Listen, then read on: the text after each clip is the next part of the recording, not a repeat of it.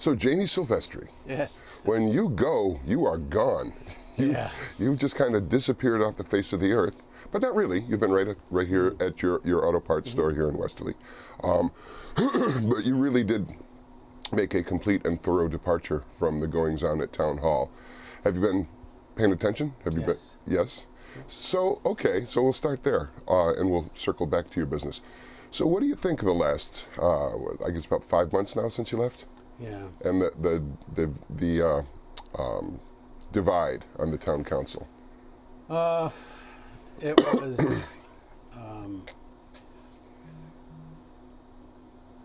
It was discouraging for me. From sitting, in the center seat. Mm-hmm.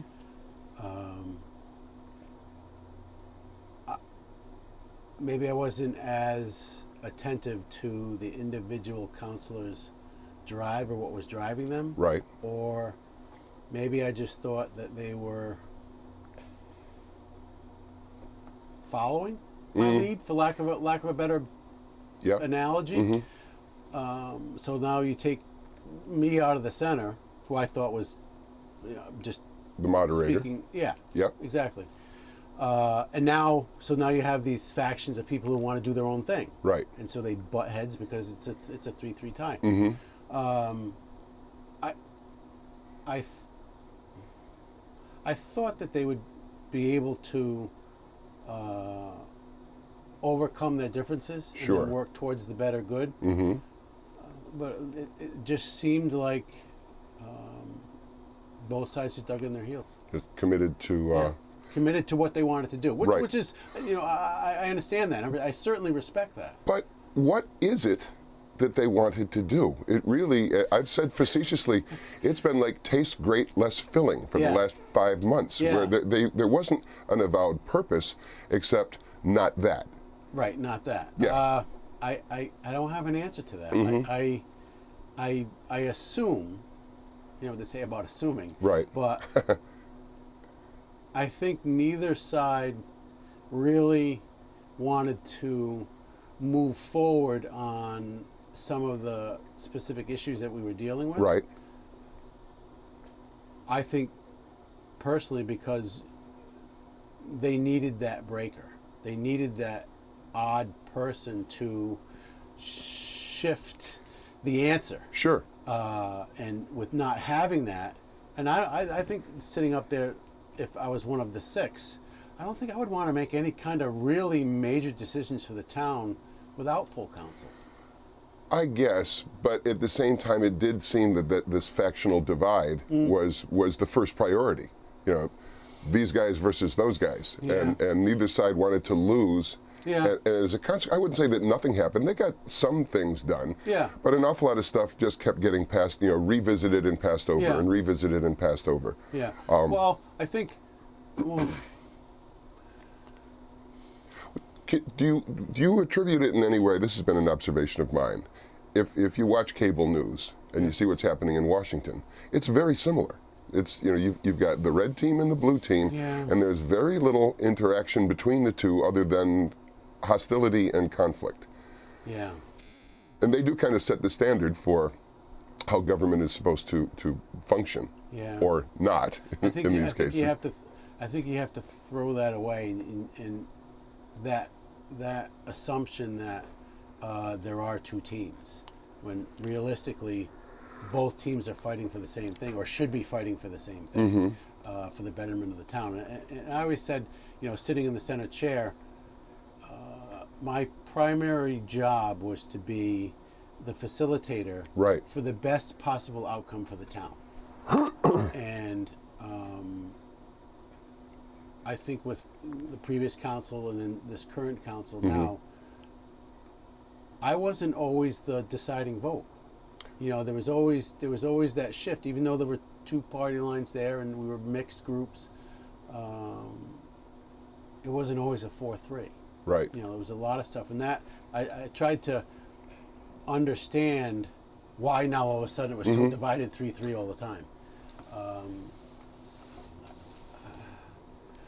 I think it's just drive. I think that they had Can you identify any ideology on either side of this chasm? Because I can't. I don't see any particular guiding principle that keeps one from agreeing with the other than... Nope, I think they just wanted to do their thing their way, both Right. sides. And I think they always had that in the back of their head, that they always wanted to do this when they were on the council, that they wanted to get this done. But I think and I can only use me as the example, Sure. but with me in the Senate chair, I was able to kind of juggle all that, Yep. try to make it work. That side, this side, just try To talk to individuals one at a Yeah. time and say, Yeah. could you move a little to the side? Could you do this? Well, no, I never tried to sway. I never tried to persuade a counselor's Decision. Yeah, I would merely just highlight my thoughts and where I thought I would be. And certainly I would always understand or try to understand where they were coming from. Right. I can't say, well, that's bullshit. Because Sure. I never wanted to offend them, because they're looking at it through their eyes for a certain reason, for a certain whatever. I don't know.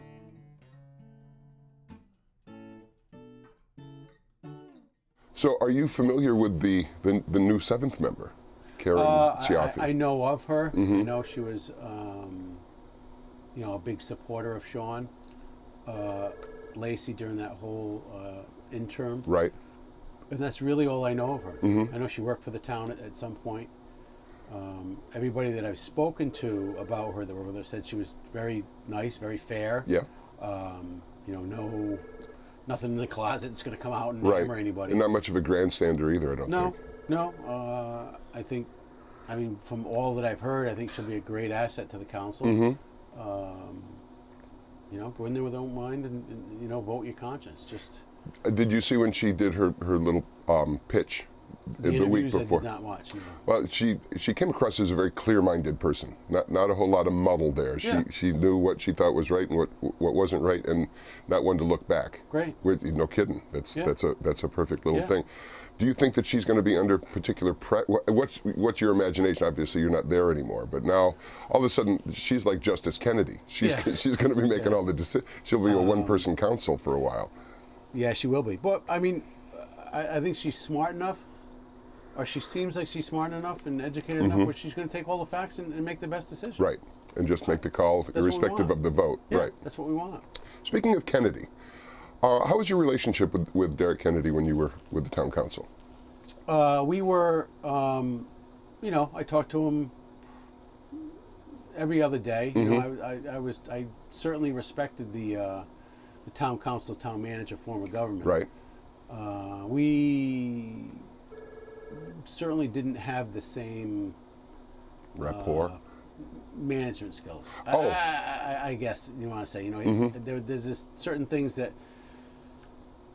he, did or acted, or certain ways that happened that I just wouldn't do in my realm. Sure. I'm not saying that's good or bad. It's just we were just different in that way.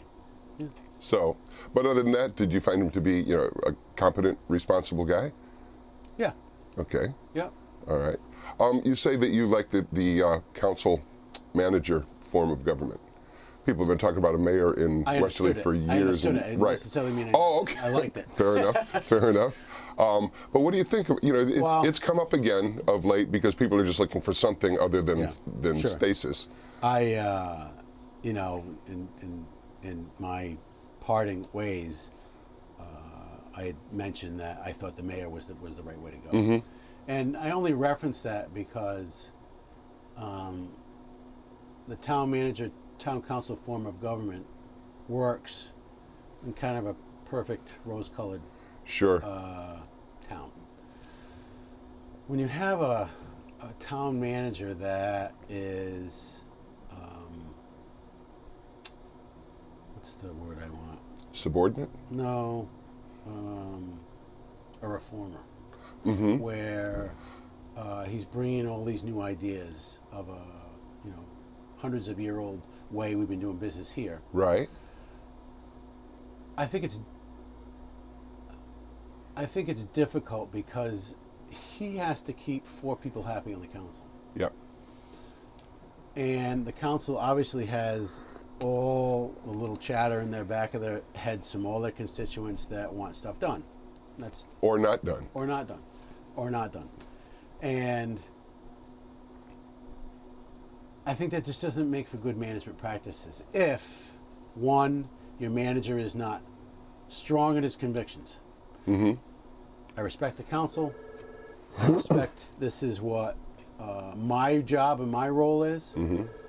And he's okay to move forward with that without fear of repercussions from the council. Right.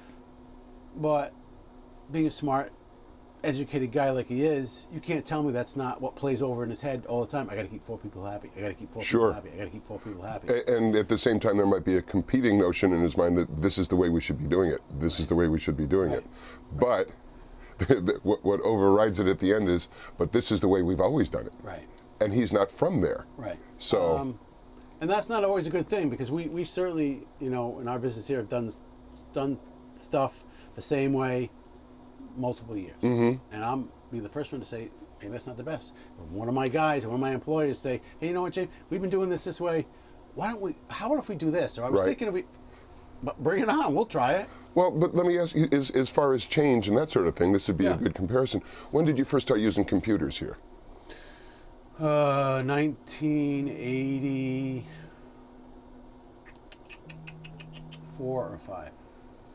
So that was a major shift in reality, right? And I would submit that here in the second decade of the 21st century, there's a lot of that going on, where you've got people of a certain age. I've said this many times. We're kind of at a cultural inflection point where the executive suite is peopled with folks who don't know how to work a mouse. They're not very technically savvy. They're a little bit suspicious and anxious around technology. Whereas the guy with the bone in his nose and the tattoo on his neck and that sort of thing, he's a genius at that stuff. It does kind of change the paradigm and makes everybody. It makes the guy on the ground anxious that things aren't being done properly, but it makes the guys upstairs anxious that he doesn't know what's going on. He doesn't know how it works. Yeah, I can't. I don't have a lot of sympathy for that upper management that is not keeping up with the times. You can say that for the first when we started to change, but now we're we're 20 years into it, 30 years into it. Sure. But my comparison is, we went from a long period of time where the town manager was, for the most part, a popular local lawyer. Oh, sure. Oh, sure. I see where you're going. And so now we went from, instead of going from, an account book where you write everything down by hand, you went to computers where you type it in and it saves itself. We went from somebody who was smart, somebody who knew how things worked here in town, and somebody who came in and basically just kept it moving forward the way it's moved forward from that point. Then at long last, in my view, we hired somebody who is professionally trained to run a town, to manage a town government. Which is exactly what our council that hired him was looking for. Be careful what you ask for. Exactly. Yeah. So, and that's where I compared kind of our management styles. I think Derek brought everything that the council was looking for to manage him. There's no question about that. Right. But I think, and this is my own personal observation of his integration into town. Yeah. It was very, I don't want to say it. Abrupt? No, not abrupt, because I think he had to be that way. I think he had to be, there's a new sheriff in town. Right. This is the way it's going to be. And he lays it all out. But I think, I personally think it could have been done with maybe a little bit more, I don't want to say compassion either, but... Tact? Tact. Yeah, I'll use tact. Yeah. Just for the mere fact, he knew he was coming into a town that really had no structure, formal training, all that stuff. Right. he really had the magic wand in his hand to really sculpt it and make it into a really professionally managed town on his chalkboard. Right. Because but you had 7 guys with erasers. So it's tough. I mean, he paved the way for a lot of great changes that we made in the way that we structure our departments. Training is really, really big, and he told us that when in his interview, he said we got to have trained people, and we're the same way. You have to keep your people trained and up to date, right, and the most informed, because they only better your outfit as a whole. And that's what he did. And a lot of our employees now are getting that training that they so soulfully needed. And things seem to be organized. Yeah. Fairly. I mean, I was talking with somebody the other day. For a town that really, the town sport is finding fault with this, that, and the other thing, and it's not unique in that regard by any means, but you really got to scrape around to find things that are really out of whack right now. We've got a 15-year-old harbor management thing, which that speaks to the historical culture of the town council. Pulling the trigger on that big decision is something that we haven't had a whole lot of folks elected to the town council that were comfortable making that call. Right. That's probably one of my biggest regrets that I won't see through to fruition is the harbor management plan. As a boater and someone who's been on the river, and I see no reason to believe that any of us are going to see that through. I'm being facetious. Yeah, I mean, I'd like to see it. Sure. Oh, absolutely. I think that it's the town's identity. The waterfront. We're if you move us 2 miles inland, and we're a completely different world. Right.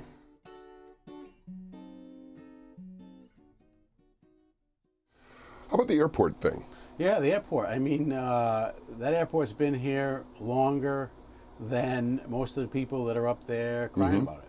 Sure. I think I remember one of the meetings, someone was talking about the old DC-10s that used to take off from this airport. So people should be happy. Right. They should be happy that there aren't those planes taking off, because those are a lot noisier and smokier than everything else that's coming in and out of there today. I think it's a vibrant thread in the town. Extremely fortunate that we have a municipal, not a municipal airport, but a private airport in our own town. I think there are a lot of jobs related to it. There's a lot of commerce. I don't remember all the numbers and stuff, but it needs to stay here. Well, as far as the impasse between RIAC and the neighbors, that kind of leaves the town on the outside looking into this conflict, doesn't it? It does a little bit. RIAC can certainly not do anything with the trees, and then naturally FAA says, well, that approach is now no longer available because the trees are higher, so you have to shorten the runway, and that's the way it goes. I don't think clear cutting is the answer.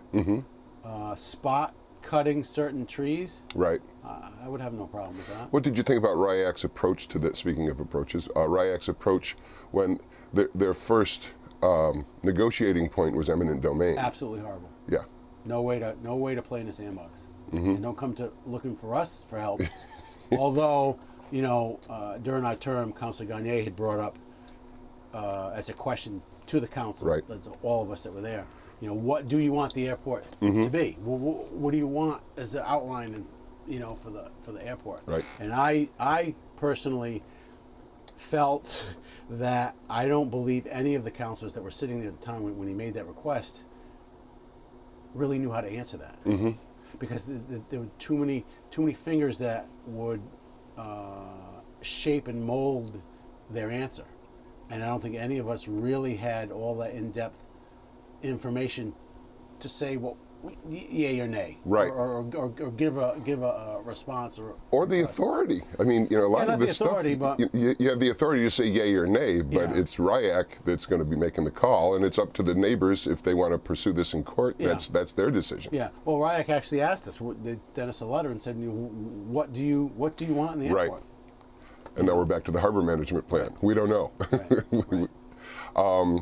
Just recently, as we speak, as a matter of fact, we had a little bit of a water crisis. Yep. Although I don't really think it was a crisis, but it was a concern. Sure. There was widespread concern over a E. coli bacteria being, in point of fact, it was not in the water supply. Distribution, right. Right, but still, it was present in our community. Did you have anything like that going on during either of your 10 We years? had it in my first term there. We had a contamination on, I believe it was Tower Street or something. Same thing, Right. boil water. It happens, just. Sure. And we have the water department has testing procedures in place to specifically identify that when it happens. So when something like that happens, who's in charge? I don't know that answer. Okay. I would say it was Paul Carina at the time when he was superintendent of the water utilities, and probably the town manager as director of public safety. They obviously would have to talk. I think the conversation would go, Paul, hey, we got some bad numbers. How do you want to handle this?